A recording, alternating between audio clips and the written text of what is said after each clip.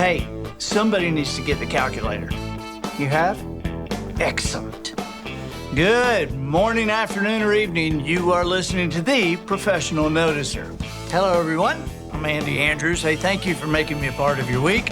My purpose here today and with every show we do is to play the part of a best friend or a coach. I want to help you live the life of your wildest dreams by giving you access to the greatest mentors the world has to offer today.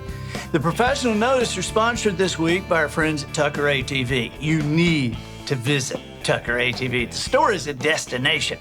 Not only the Hustler turf equipment, the entire line of Echo power tools. Of course, Tucker ATV carries every make and model of Polaris ATVs. The big Polaris side-by-sides, the even bigger Ranger Crew. You have to see the showroom, though. The taxidermy, the antique displays, an indoor porch with a porch swing, comfortable chairs, television, free coffee. You need to stop in and meet Shannon and Lisa Tucker. They treat customers like family, which is why folks from 14 states have done business with Tucker ATV. Visit the Tucker ATV Facebook page and read Lisa's articles. Very fun, very fun. Highway 43 North in Jackson, Alabama. Tucker ATV, the small town business with the national reputation.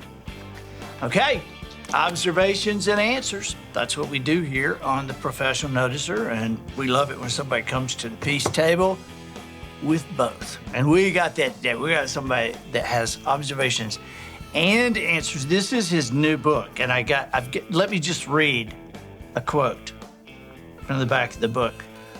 It says, Dominique Henderson has been one of my favorite people for a long time. Now I can say he's one of my favorite authors. Finally, a practical book about hitting your goals, assess, address, and adjust is such a home run. This is a book I will give to my sons. You know who said that? Me, I did. I said that. I mean, I'm a fan of this guy. Please welcome Dominique Henderson. Hey, buddy. Thanks for having me, man. I'm thrilled you're here. I'm thrilled you're here. You shook off Texas, came over here with us for a day. Gotta get to the beach. Yeah, and you were amazed when you saw how white our sand was.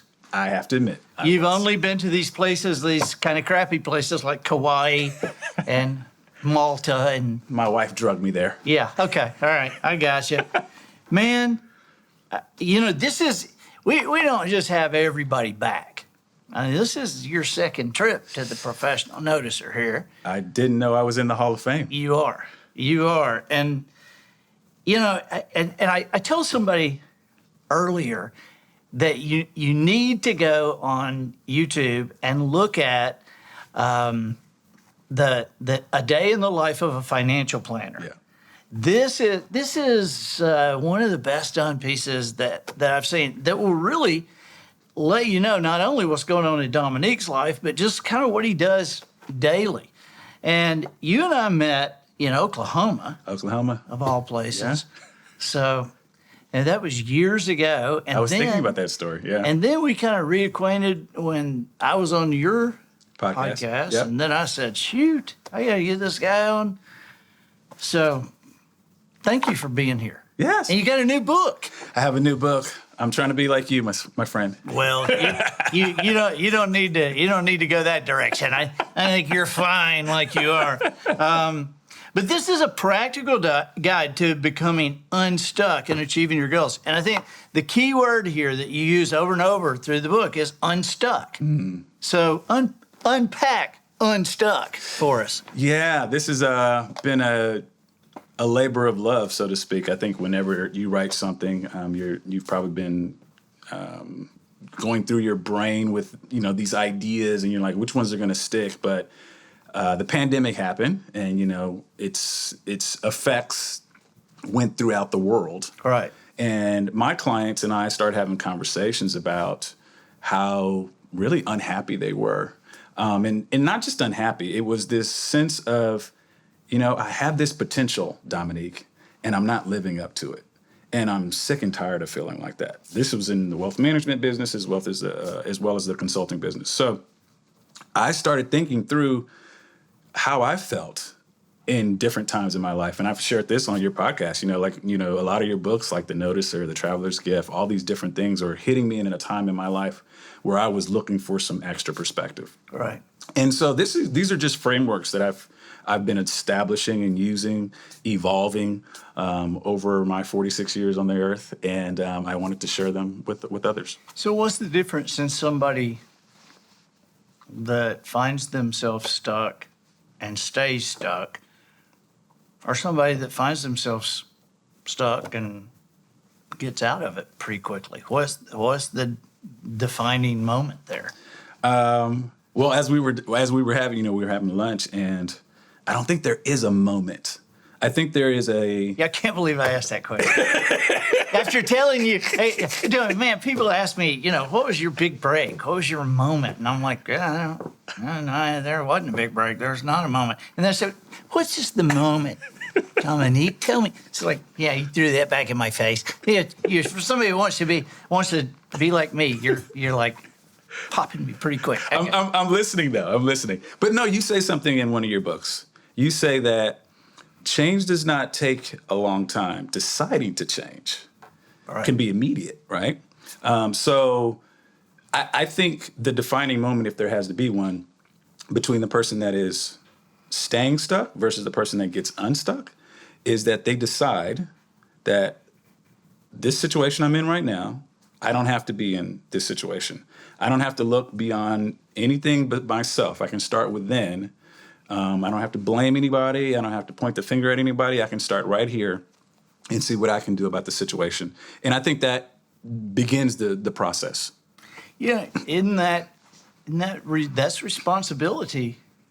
I mean, because until you accept responsibility for where you are, there's no platform for moving on. Mm-hmm. Because I always feel like if it's somebody else's fault, I mean, if where you have ended up really is the president of the United States' fault, I mean, what are we going to do about him today? What am I going to do? I might as well jump off a cliff if it's his fault. But if I can look in a mirror and I can say, okay, I've had some crazy things happen in my life, and I couldn't do anything about them, but I have made choices in response to those crazy things that have led me down a path to a place I don't like. And if I can understand that I can make choices that lead me to a place I don't like, doesn't it just make logical sense I could make choices that lead me to a place I do like? Exactly. And so how do you decide what to do when you decide, okay, it's me, and that's good news because it's me. Because if it's somebody else, there's nothing I can do about it, but it's me. So now what? Where do I go now?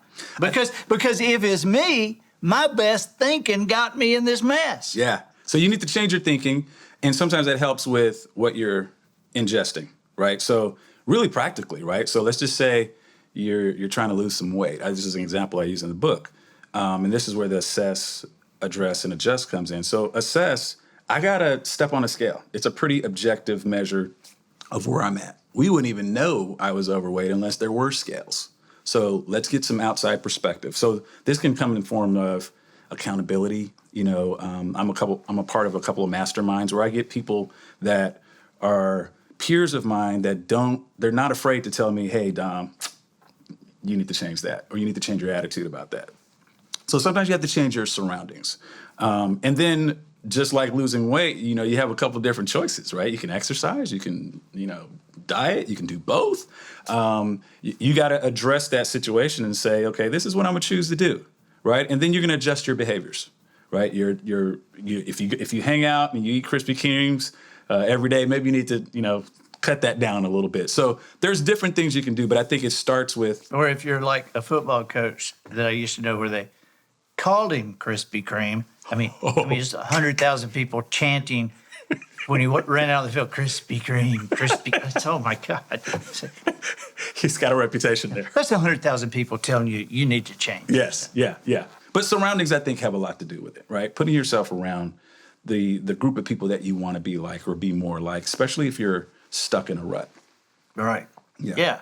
And like you said, changing your behavior. Get a good gym. Get a good place to work out. So. What part in this book? Yeah. Do you have 3 young adult children? Yes, I do. And And so you got to be like me. When you're writing, you're kind of thinking, I hope they read this. you know. And so what part of this book did you think most about your kids? You say that, and my daughters. So my wife is going down to visit my daughters with my mother-in-law this weekend, and my daughters. A lot of girls. I said the same thing. A lot of girls. I said that. I was like, girl power this weekend. Yeah. Me and Dominique are staying home. But anyways, they sent me a text because I had shipped their books the other day, and they're like, Dad, we got them. I'm like, I don't know what kind of dad we got them. Is that like I'm anxious to read, or is like, okay, we got them, Dad. Thank you for the doorstop. Exactly. Yeah. Exactly. But to your question, I think I am so big on family. They're throughout this whole book, even in the dedication. I think a lot of what I've often told my wealth management clients, more than CFP, more than grad school, more than all these books and stuff I've read is my 25 years married to the same woman, being a father to these beautiful children have given me probably some of the best advice that I've given and shared with clients. So we're always thinking about them. But inside the book, I think my kids have been hearing this for years now. So packaged this way, I'm actually kind of curious to see what their response is going to be, to see if how they take it in as adults. But they've been raised on these principles all their life.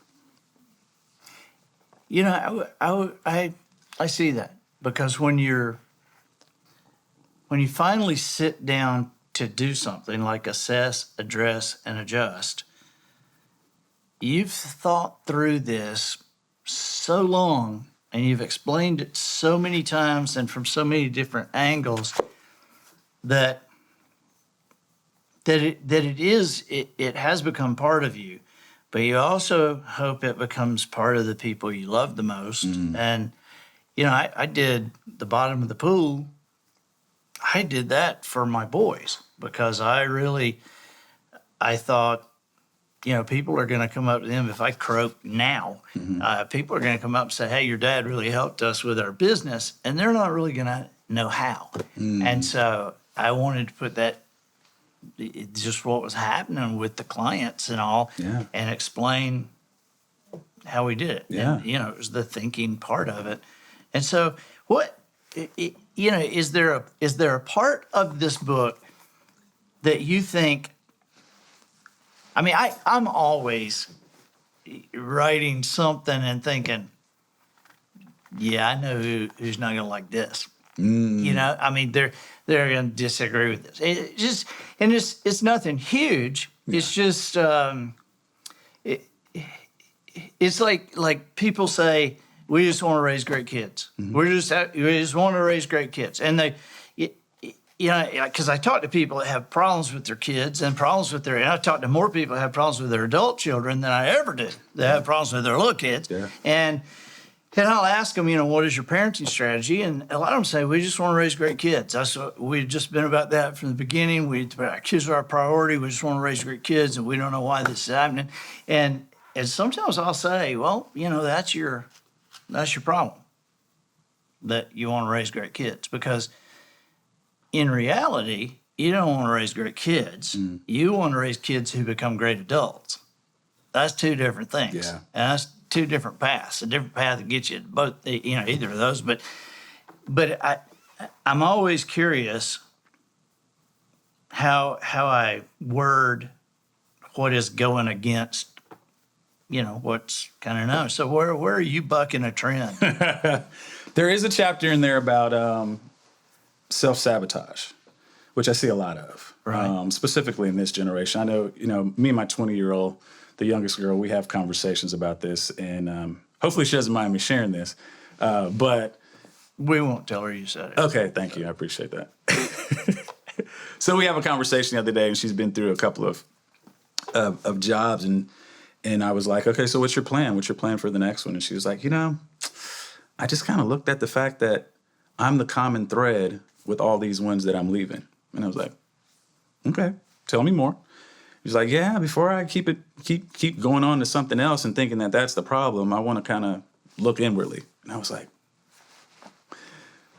And she came up with that on her own. But like I said earlier, we're teaching these things along the way. So I think the notion around self-sabotage is particularly interesting and unpopular because no one wants to think that they're the one that's limiting. They want to, it's easier to blame somebody, find the scapegoat, and point the finger at someone else. But versus saying, you know what, I've contributed to this.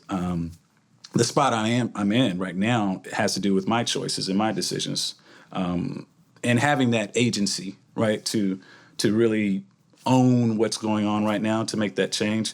I see a lot of self-sabotage. You know, as a financial advisor, I see people that say, money's important to me because of this reason, and then their spending and their other habits don't coincide with why they said money's important. And a lot of that is really just behavior change that needs to happen, but it's their behaviors that need to change. There's nothing else outside of what I can, right. I can. Whose behavior needs to change? Yours, dude. Yeah. But I think, that can be a hard pill to swallow sometimes, especially when, I think people generally think they're good, right? I make good choices. But if you just evaluate your last 25 decisions, there's been quite a few suboptimal ones in there. It's a great word. Suboptimal. I think we need to figure out a way to put that in the title. Suboptimal. Avoiding suboptimal thinking with Dominique Henderson. That sounds like a PBS show, doesn't it? Let's keep it light. Man, I think you're right. And I think people do generally. I would love to see some kind of survey results on how many people think they make great decisions. Because I have found that without some purposeful thinking behind it, it's a coin flip. Yeah. Your best idea may not be the best idea, and it's just like Jones told me, you can't believe everything you think. That has been the greatest advice I've ever gotten. Austin asked me the other day, what's the greatest advice you've ever gotten? And I said that. Mm-hmm. You can't believe everything you think, because I really believe it's not what you don't know that'll knock you down. It's what you know for sure this is not that'll true. keep you from your potential. Yeah. So yeah. You seem pretty, every time I've been around you, Dominique, you seem very lighthearted and easygoing. You seem like what I just look into your eyes and I see a joyful spirit there. I see a grateful spirit. And so I think what I'm saying may not be true on every level, but I look at you and I think that generally you are probably pretty unoffendable. You know what I mean? I don't think that things get to you. I don't think that you think the worst of somebody that says something. Where do you think we're going as a society if we continue not to be able to laugh at ourselves? Wow. Yeah. I have a quote that I picked up from, I believe it was my pastor's wife, that said, one of the easiest things to do is to get offended. It takes work to not be offended. That's good. And I don't know. I credit, obviously, my upbringing. I share with you, my dad spent 22 years in the military, in the Army, and then another 22 years contracting with the INS. So he's a government man all the way. Right. But being the oldest of three, I got the brunt of the first 22 years of the military. Like every 3 or 4 years, we're bouncing around, finding a new set of friends, a new family, and all that kind of stuff. And so the way I adjusted was to figure out, I couldn't be, the victim only little black kid. I couldn't do that because I'd just be sitting there for 3 or 4 years with no friends. I had to go in and figure out how to adapt and how to move around. And I think that was probably a pretty big part of my life that allowed me to kind of shift and start thinking some things. I didn't cross every T right or dot every I, but I think largely I do try to find the good in people, or at least the situation, and see what part I can play in it. Sometimes it means I can't play a part. Sometimes I have to wash my hands and walk away. But yeah, the offense thing is a big thing because it leads to bitterness, and then unforgiveness, and then that's just the poison that just eats away at you, right? Yeah, yeah. Well, I love the book, and I love that it tells stories and it has practicality. Where are you headed? I know this has just come out. Yeah. And I really urge it. Where do you want us to get this, by the way? We'll put this in the show notes, but where would you prefer? I know they can get it at any bookstore or get it on Amazon, but where would you prefer we get it? I would prefer you go to domhendersonsr.com. Okay. We're doing some, pardon our dust, we're doing a little rearranging on the website. Matter of fact, my developer sent me some text today. But there's going to be a little link on there to purchase the book. Awesome. And I will send a signed copy if you go there and do it. So, Okay. Yeah. Awesome. Yeah. Very good. Very good. So I want to ask you one last question. Yes. If you could go back and talk to your 18-year-old self,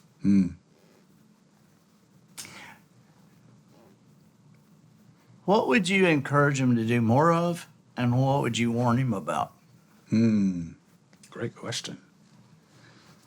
Interesting enough, I just had this conversation with someone the other day about leaving this life without regrets. That was the topic. And I was like, I want to have a 0 in that regret column.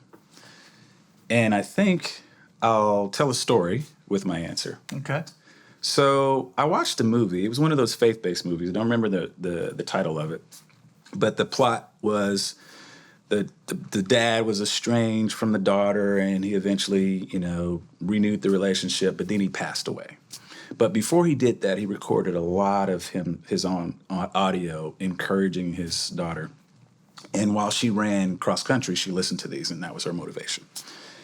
And I left that movie, and I goes, that's a really great idea. I should do that for my kids. And this was 5 years ago. And I was like, I'm going to do it for Christmas. And then November came around, and I was like, okay, I'm really under the gun. Let's make a great Easter gift. Yes. No. The next Christmas. Oh, okay. Okay. I'm really busy. And then 3 or 4 years passed, and I was like, I still haven't did this. Because I have a little vision board, and I'm preparing for the year, and I look, it's on my list, and I'm like, just nagging me that I hadn't done that. And it's been some time. And then it hit me while I'm writing this book, live in the moment. Why don't you just record a little voice memo to your kids and tell them how much you love them, that they're the apple of your eye, that whatever they're facing, that they can overcome, and keep it moving. And I was like, oh yeah, that is easier. And so that's what we've been doing, because that's a lot easier. And so I would tell my 18-year-old self that it's possible that you may leave this life with regrets unless you live in every moment as it happens.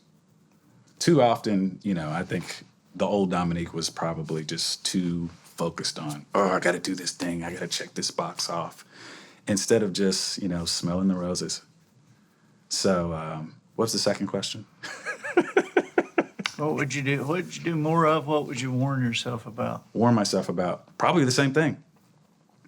Warn yourself that, I've spoke with a lot of people that have done really well in life, more money than they'll ever spend, and you can't take it with you. There's no Brinks trucks following a hearse, but those moments you create, the legacy that you leave, there's a way to do that. I think there's a specific way to do that. The people that are closest to you, and if we're lucky, we have probably a circle of maybe 10 to 12 people. Tell them you love them.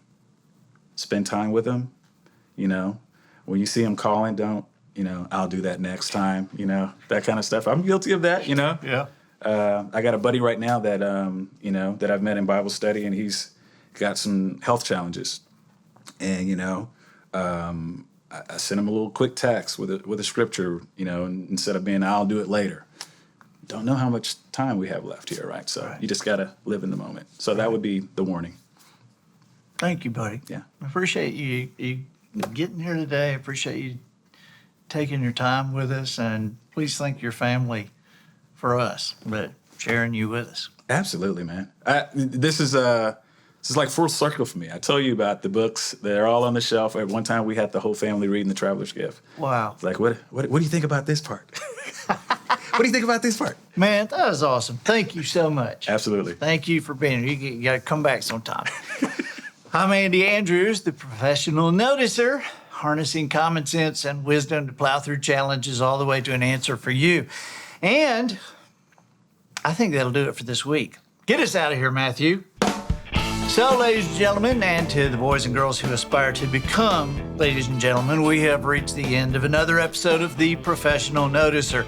In a world where common sense has become a superpower, I'm harnessing the tiny bit of mental energy I have for you, seeking wisdom, making observations, and endeavoring to answer tough questions in a way that will empower your family and your business. I'm Andy Andrews. Until next week, goodbye. This episode of The Professional Noticer was produced by Matt Limpert. The Noticer theme, written and performed by Sugarcane Jane. Tax returns done for the cast and crew by Twinkle and Smoke of Beverly Hills. Additional funding provided by ImportantRelationshipService.com. Friend, do you live in fear of the date April 15th? Does the possibility of a federal audit turn you into a quaking bowl of jelly? Now there's a way to be proactive with the taxman. ImportantRelationshipService.com relieves the invisible tension by providing a steady stream of gifts from you to the nearest branch office of the Internal Revenue Service. You can subscribe to our weekly or monthly plan. Deliveries are made on Mondays. You can decide which of 3 gift levels you'd like us to provide, in your name, of course. Prices are on our website, but level 1 is generally categorized as flowers, cakes, and candy. Level 2 gifts are composed of high-end clothing, jewelry, and open-ended gift certificates to 5-star restaurants. Level 3 is for those of you who are preparing for a financial apocalypse. ImportantRelationshipService.com recommends level 3 to be chosen only in the monthly category. After all, you don't want to give this the appearance of a bribe. SUVs, boats, vacations, and jet travel are among the monthly offerings of level 3. So subscribe now before the Federal Trade Commission shuts us down. That's ImportantRelationshipService.com, or you can remember our initials, IRS.